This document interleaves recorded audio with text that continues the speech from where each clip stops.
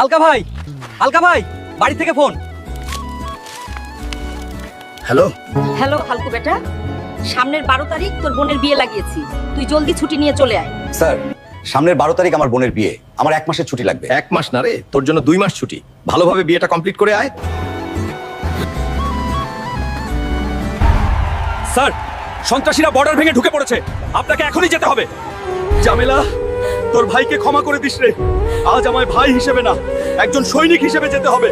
হালকু, সন্ত্রাসীরা 312 নম্বর চেকপোস্ট দখল করার জন্য এগিয়ে আসছে, তোমাকে রাস্তাতেই ওদের আটকাতে হবে। স্যার, আমার প্রাণ চলে গেল চেকপোস্ট রক্ষা করব।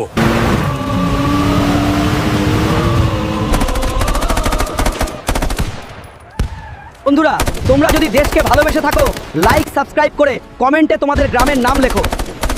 হালকু, আমার বলতে খুব খারাপ লাগছে, তুমি দেশকে তো বাঁচিয়ে নিলে, কিন্তু তোমার বোনকে বাঁচাতে পারলে না। কি হয়েছে আমার বোনের?